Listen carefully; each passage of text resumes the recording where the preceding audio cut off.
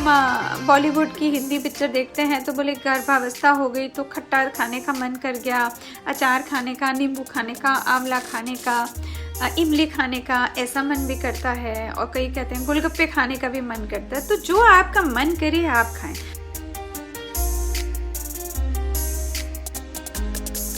आज का विषय है न्यूट्रिशन एंड प्रेगनेंसी, यानी कि जो प्रेगनेंसी है, गर्भावस्था, उसमें क्या आहार खाना चाहिए।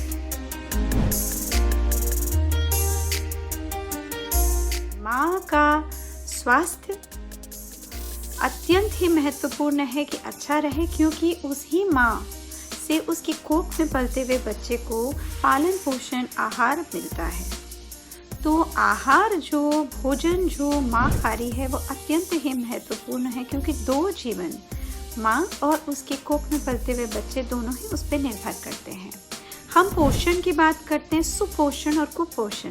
पोषण यानी न्यूट्रिशन और कुपोषण यानी मैल न्यूट्रिशन और सुपोषण यानी गुड न्यूट्रिशन। तो जब हम अच्छी खुराक की बात करते हैं, अच्छे पोषण के बारे में बात करते हैं, तो कुछ बातें महत्वपूर्ण हैं।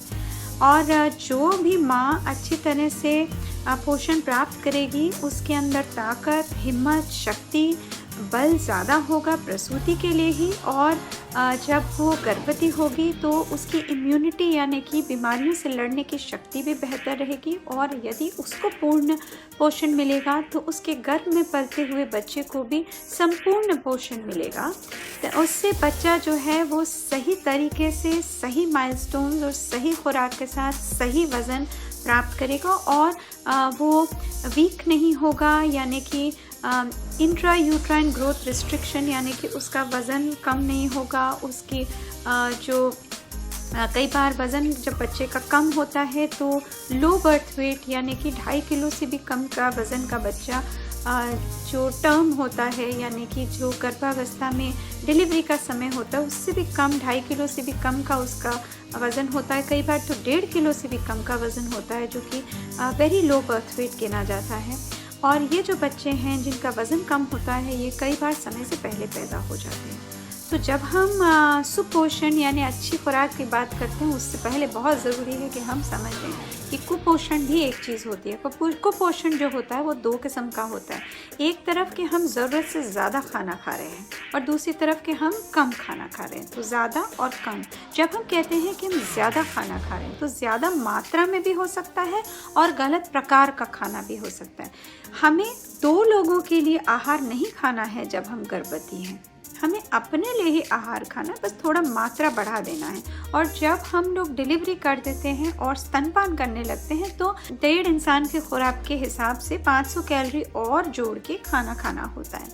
अगर हम बहुत ज़्यादा खाना खा रहे हैं वो भी गलत है। और यदि हम बहुत ज़्यादा तला हुआ आहार खा रहे हैं, बहुत ज़्यादा मीठा आहार खा रहे हैं, प्रेजर्वेटिव वाला यानी डब्बों की पैकेजिंग का आहार खा रहे हैं, या ऐसे जूस पी रहे हैं जो कि मीठे जूस हैं जो डब्बों में हैं, या हम ऐसा खाना खा रहे हैं कि जो बहुत ज़्यादा फैटी है, मोटा करने वाला है, घी तेल से लेस है, बहुत ज़्यादा नमक रखता है, मिर्च मसाले वाला स्पाइसी फूड है, ये सारा कुपोषण है।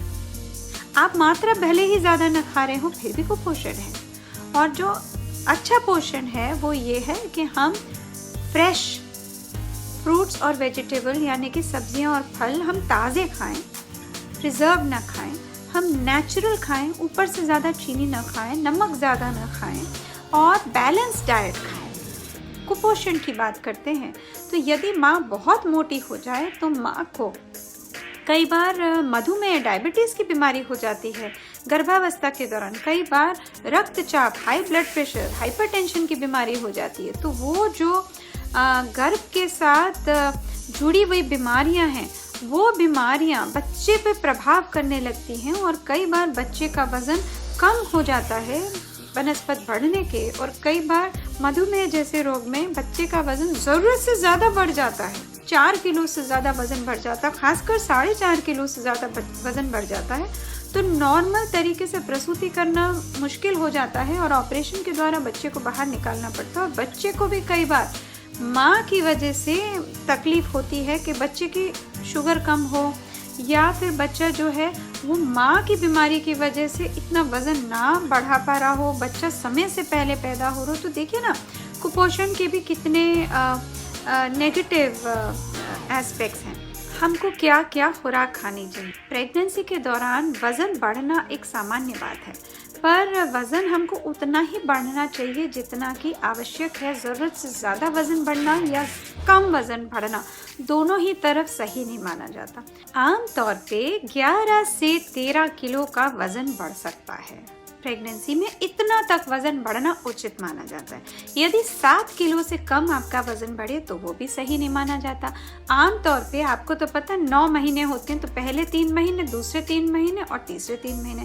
तो पहले वाले जो 3 महीने उसमें केवल 1 किलो भी अगर वज़न बढ़े तो ठीक है। अगले 3 महीने में करीब 5 किलो वज़न बढ़े। फिर आखिरी के 3 महीनों में सबसे ज़्यादा वज़न बढ़ता है, सबसे तेज़ी से वज़न बढ़ता है, और ये करीब 6 किलो। तो 1, 5, 6, 1 किलो, 5 किलो, 6 किलो, तो करीबन हमारे 12 किलो हो गए एवरेज।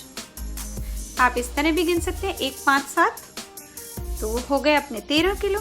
तो 11 किलो से वजन ना कम हो और 13 से ज़्यादा ना हो, ये सबसे उचित है। पर 7 से कम तो बहुत ही अनुचित बात है। कई बार हम बहुत मोटे होते हैं और हमको न्यूट्रिशनिस्ट, डाइटिशियन की ज़रूरत होती है, और वो कहते हैं कि हम आपका प्रेगनेंसी में वज़न ही नहीं बढ़ने देंगे, हम इस तरह की आपको खुराक देंगे कि बच्चे को भी संपूर्ण आहार मिले पर आपका वज़न भी ना बढ़े। बताइए ना, किसी का 100 किलो वज़न है और उसका 125 हो जाए, 25 किलो का वज़न बढ़ जाए, तो वो बात तो सही नहीं है ना। तो इसीलिए ऐसी खुराक नाप तोल के दी जाती है कि हो सके तो 100 किलो का 100 ही रहे और हो सके तो 4-5 किलो घट भी जाए। ऐसी भी परिस्थिति होती है। पर जो पहले होता था कि हम समझते थे कि बस प्रेगनेंसी का मतलब है कि हम बहुत मोटे से हो जाएं और बहुत हमें खाने को मिलेगा, और तली हुई चीज़ें और मीठी चीज़ें और गुड़, चीनी, शक्कर, घी यही खाना है, ये भी उचित नहीं है, इसकी भी ज़रूरत नहीं है। तो फिर हमें खाना क्या चाहिए? हमारा खून अच्छा बना हुआ होना चाहिए। खून की जो मात्रा है वो हीमोग्लोबिन से देखी जाती है। हीमोग्लोबिन बनता है आयरन से। तो भला कौन से ऐसे आहार होंगे जो हमें आयरन दे सकते हैं? तो जो भी हरी सब्जियां हैं जैसे कि पालक, मेथी, बथुआ, ये जो सारे साग हैं, जितने भी पत्ते वाले, वो खाइए। और जब हम इनको पकाएं तो कोशिश करें कि पहले इनको धोइए फिर काटिए, काट के फिर मत धोइए। हो सके तो हल्का ही इनको गर्म करें, ज़्यादा ना पकाएं, नहीं तो इसकी पौष्टिकता निकल जाती है। और भी आहार हैं जिससे कि आयरन, हीमोग्लोबिन बनता है, वो हैं गुड़, खजूर, अंजीर। कि सरकार ने भी तो कोई मदद करी है। सरकार ने भी कहा है कि वो आपको 100 गोलियां देगी आयरन की। फिर कहा कि कम से कम 100 दिन आप आयरन खाएं। ये सब मिनिमम है जो सरकार आपको प्रोवाइड कर रही है। इसके सिवा सरकार ये भी कह रही है कि आपका प्रोटीन ज़्यादा होना चाहिए। तो प्रोटीन आपका जितना वज़न है 1 मिलीग्राम पर केजी बॉडी वेट, तो कम से कम 1 मिलीग्राम पर केजी के हिसाब से। तो अगर आप 50 किलो की तो 50 मिलीग्राम आपके पास होना चाहिए। तो जो आप प्रोटीन खा रहे हैं उसमें बहुत ही आवश्यक है कि जो प्रोटीन है वो मात्रा आपको मिले। तो प्रोटीन मिलेगा कहाँ से हमको? प्रोटीन हमको मिलता है दालों से। आप मूंग की दाल खाइए, साबुत दाल खाइए, अरहर की दाल खाइए, चने की दाल खाइए, भुने हुए चने खाइए, ये सब आप खाइए, ये अत्यंत आवश्यक है। और दूध पीजिए, गाय का दूध, भैंस का दूध, किसी भी तरह से दूध पीजिए। दूध में जितनी प्रोटीन है और साथ में कैल्शियम। कैल्शियम क्यों चाहिए हमको? ताकि हमारी हड्डियां बने। हड्डियां बनने के लिए हमें पता है कैल्शियम की गोलियां होती हैं, पर अपना जो देसी इलाज है सबसे बढ़िया तो यह है दूध। दूध नहीं पिया जाता तो दही, दही नहीं लिया जाता तो पनीर। तो दूध का कोई तरीका तो लीजिए। तो हमने आयरन खा लिया, प्रोटीन की बात कर ली, और हमने कैल्शियम की बात करी। प्रोटीन गेहूं से भी मिलता है, कार्बोहाइड्रेट भी गेहूं से मिलता है, चावल से मिलता है। ज्वार खाइए, बाजरा खाइए, रागी खाइए, गेहूं खाइए, ये बहुत जरूरी है खुराक में। डॉक्टर आपको आयरन की चाशनी भी दे सकती हैं, डॉक्टर आपको आयरन की गोली भी दे सकती है, पर अत्यंत आवश्यक है कि आप वो गोलियां भी खाएं। कुछ लोगों को दूध का सेवन सूट नहीं करता, लैक्टिक एसिड की एलर्जी होती है, तो उनको मिल्क एलर्जी होती है, तो क्या करें?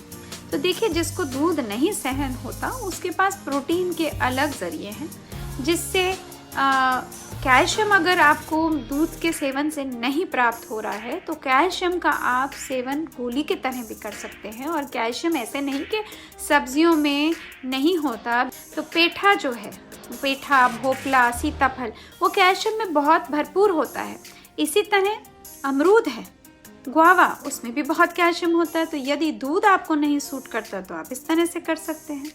प्रोटीन चाहिए तो प्रोटीन के लिए देखिए ना, सोयाबीन, सोया नगेट, सोया चाप, सोया भूसी, सोया आटा, सोया चंक्स, चना, भुना हुआ चना, प्रोटीन कितना होता है आपको तो पता है कि जब हम घोड़े के आहार की बात करते हैं तो उसको जो एनर्जी मिलती है वो मिलती है गुड़ से, और गुड़ से ही उसका खून भी बनता है, आयरन। और चना जो होता है प्रोटीन देता है, तो गुड़ चना जो अपना पुराना देसी तरीका था, तीनों चीज़ें आपको प्राप्त होती हैं। और ये जो दालें हैं, दालों का ही तो प्रकार है सोयाबीन, तो सोयाबीन आप ले सकते हैं जिससे कि आपके प्रोटीन में इजाफा हो। यदि आपको दूध की एलर्जी है तो फिर ये सवाल उठता है कि ऐसी क्या चीज़ें हैं जो हमें नहीं खानी चाहिए गर्भ की। चलिए मैं बताती हूँ। मुझे बताइए, जो पहले 3 महीने होते हैं तो तबीयत बिल्कुल ख़राब सी नहीं होती, थोड़ा सा अजीब सा नहीं लगता, जैसे जी मचलाता हुआ लगता है, उल्टी जैसा लगता है, उबकाई जैसा लगता है, कभी कभी छाती में जलन होती है, कभी पेट में जलन होती है, कभी गैस से लगता है, थकान सी लगती है, तो लिस्टलेस सा लगता है, वीक जैसा लगता है, एसिडिटी लगती है। तो आप बताइए, प्रेगनेंसी में तो वैसे ही गर्भावस्था में एसिडिटी होती है। अगर आपने एसिडिटी को कम करना है तो जब प्रेगनेंसी का ही जो अपना हार्मोन होता है वही एसिडिटी को बढ़ाता है। कई लोगों को तो एसिडिटी की पहले से ही प्रॉब्लम होती है। अब आप बताएं कि यदि आप गर्भावस्था में ज़रूरत से ज़्यादा मसाले वाली चीज़ें खाएं, मिर्च मसाले जैसे गरम मसाला, लाल मिर्च का मसाला, काली मिर्च का मसाला, तो आपकी एसिडिटी तो बढ़ेगी। दूसरी बात यह है कि अगर आप तली हुई चीज़ें खाएंगी तो भी आपको पाचक नहीं लगेगा, तो उसके लिए कम खाएं। पपीता और अनानास यानी पपाया और पाइनएप्पल का सेवन न करें। मैं ऐसे नहीं कह रही कि न करें, आप ये समझिए कि जो कच्चा पपीता होता है यदि उसको अत्यधिक मात्रा में खाया जाए और जो कच्चा पाइनएप्पल होता है यदि उसे अत्यधिक मात्रा में खाया जाए तो दोनों के अंदर एंजाइम होता है जो कि पहले ज़माने में गर्भपात करने के लिए इस्तेमाल होता था। आज हम तो ये नहीं कह रहे कि आप कच्चा पपीता खाइए या कच्चा अनानास खाइए, आप पका हुआ खाइए, नियमित उसमें खाइए। और आज जो हमारे पास पपीता और पाइनएप्पल है वो हाइब्रिड फॉर्म का है, तो उतना नुकसानदेह नहीं है। अब चाइनीज़ खाना भी आपको पता है कितने लोग बोलेंगे मत खाइए, क्योंकि चाइनीज़ खाना जो है वो अगर किसी ने फ्रिज में रख दिया और फिर उसको डिफ्रॉस्ट करा तो उसके अंदर एक कीटाणु होता है जो हमको फूड पॉइजनिंग दे सकता है। पर यदि आप अच्छे से गर्म करके खाना खाएं तो कोई तकलीफ नहीं। आजकल जो फ्रूट्स एंड वेजिटेबल्स हैं उस पर इतने फर्टिलाइज़र, केमिकल लगते हैं, पेस्टिसाइड लगते हैं, तो उसका भी कोई नुकसान होता होगा? जी बिल्कुल होता है। जो आम होता है बाकी टाइम भी होता है, तो उसको अच्छे से धोना है और 1 मिनट धोने का नहीं, बाल्टी में काफ़ी समय के लिए डाल दीजिए और अगर हो सके तो उसका छिलका निकाल के खाइए ताकि पेस्टिसाइड वगैरह आपको न हानि करे और आगे बच्चे को ना करे। मीट, मच्छी, चिकन, अंडे के बारे में बात करते हैं तो बेसिकली जैसे अंडा है, कच्चा अंडा भी लोग खाते थे, आधा पका अंडा भी खाते हैं। हो सके तो ढंग से उबाल के ढंग से पका के अंडा खाइए, क्योंकि एक कीटाणु होता है जो टॉक्सोप्लाज्मोसिस है जो कि अंडे में हो सकता है, जो माँ के गर्भ में नुकसान दे सकता है, खासकर पहले 3 महीने में। फिश एंटीऑक्सीडेंट्स में बहुत रिच है और उसमें प्रोटीन भी होता है, उसको भी थोड़ा ढंग से पका के खाइए। जो मीट है, जो चिकन है, इसके अंदर भी सैल्मोनेला यानी टाइफाइड के कीटाणु हो सकते हैं, इसलिए भी उसे कच्चा या आधा कच्चा ना करके ढंग से प्रॉपरली पका के खाइए, वो बेहतर रहता है।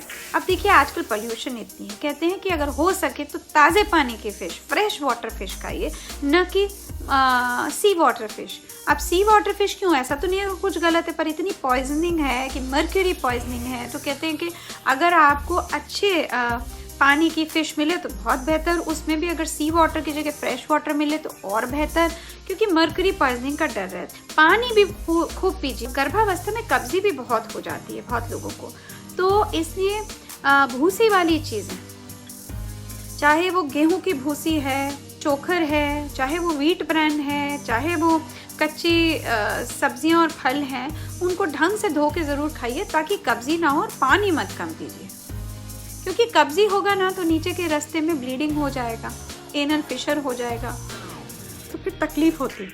ये मत भूलें कि पहले 3 महीने में वज़न ज़्यादा नहीं बढ़ता और बच्चे को भी इतनी खुराक की ज़रूरत नहीं है, और कई बार तो लोगों का वज़न पहले 1-1.5 महीने में 1-1.5 किलो घट ही जाता है, तो कोई चिंता की बात नहीं है। पर 1 किलो भी अगर आपका पहले 3 महीने में वज़न बढ़े तो वो बुरी बात नहीं है। इच्छा अनुसार खाइए। कई लोगों को नमकीन चीज़ें ज़्यादा पसंद आती है, कईयों को मीठा ज़्यादा आता है। नमक ज़रूर लीजिए जो उचित मात्रा में लेना चाहिए, और आयोडाइज नमक खाइए, क्योंकि आयोडीन जो होती है उसकी ज़रूरत होती है आपके थायराइड को, और आपका थायराइड जो गले में है उससे जो हार्मोन निकलते हैं उसी के हिसाब से बच्चे की भी ग्रोथ होती है। तो आयोडीन वाला नमक खाना, शराब, तंबाकू और धूम्रपान, सिगरेट, ये 3 से तो दूर रहना ही।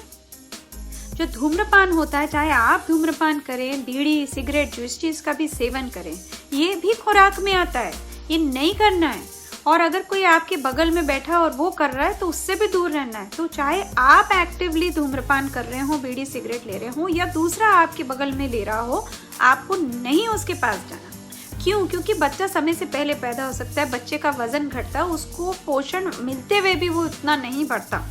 और अल्कोहल यानी वो भी नहीं सेवन करना चाहिए। यदि कर रहे हो तो ओकेजनली यानी कभी कभार, वो भी कम मात्रा में और कम स्ट्रॉन्ग वाली। तंबाकू तो वैसे भी कहते हैं सेवन मत करो, तो वो भी मत करिए। फिर लोग ये सवाल पूछते हैं कि चाय कॉफ़ी पिए कि नहीं पिए। तो देखिए, जो कॉफ़ी है वो तो उसमें कैफीन होती है, तो कायदे से तो उसे पीना ही नहीं चाहिए, तो कैफीन तो रोकिए। फिर सवाल यह आता है कि मैं चाय पीऊँ कि नहीं। अब चाय में भी कुछ गुण होते हैं, अति नहीं होनी चाहिए। आपने 1-2 गिलास पिए, चलिए चाय के कप पिए, ठीक है, उसमें जो एंटीऑक्सीडेंट इफेक्ट भी होता है, आपने सुना होगा ग्रीन टी वगैरह में, टैनिन में, तो उसके कुछ फ़ायदे भी हैं। पर अगर दूर रह सके तो चाय, कॉफ़ी, धूम्रपान, तंबाकू, सिगरेट, बीड़ी का सेवन न करें। तली हुई चीज़ें, मिर्च मसालेदार चीज़ें, कच्चा पपीता, कच्चा अनानास, ठंडा चाइनीज़ फूड, कच्ची मीट, मच्छी, अंडा,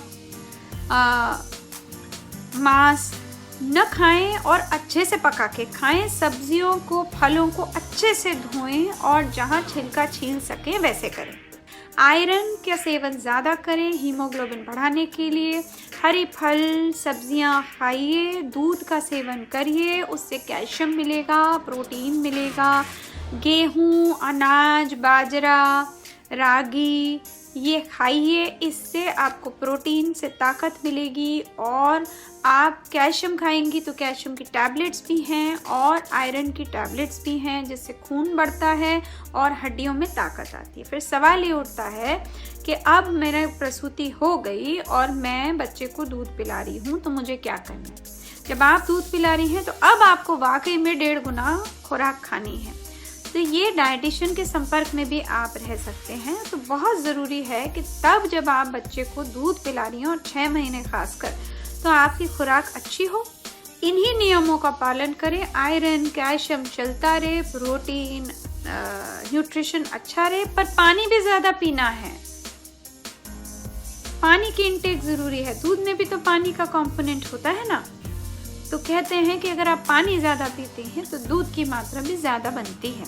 इस पे प्रूवन स्टडी नहीं है, पर फिर भी बोला जाता है पानी भी उबाल के पीना चाहिए। क्यों? क्योंकि देखिए ना, जो टाइफाइड है ये कैसे होता है, ये जो कीटाणु है साल्मोनेला के, ये हमारे स्टूल से यानी पॉटी से निकलते हैं। तो उसका अगर कंपोनेंट थोड़ा सा भी ड्रिंकिंग वाटर के साथ चले जाए या उस खाने के साथ आ जाए जो कि हमने ठीक से उबाला पकाया नहीं है, तो जैसे हम कह रहे हैं हर चीज़ को अच्छे से पका के खाइए। तो रेड मीट भी आप खा सकते हैं, पका के खाइए। रेड मीट तो आयरन में कितना रिच होता है, कितने उसके अंदर आयरन और प्रोटीन होते, खून कितना बनता है, ताकत कितनी आती। ऐसा नहीं कि नहीं खा सकते, अच्छे से पका के खाइए। जैसे हम कहते हैं ना रेयर कुक करना है, मीडियम रेयर करना है, तो इस तरह तो वेल कुक्ड रखना है हमको। मोटो क्या है, क्या हम चाहते हैं? स्वस्थ माँ हो और स्वस्थ नवजात शिशु हो, सेफ मदरहुड हो, माँ सुरक्षित हो और बच्चा भी हृष्ट पुष्ट इस संसार में आए। इसी के साथ आप सबसे विदा लेती हूँ। नमस्कार, शब्बा खैर। आप सब स्वस्थ रहें और सभी गर्भवती महिलाएं भी स्वस्थ रहें। नमस्कार।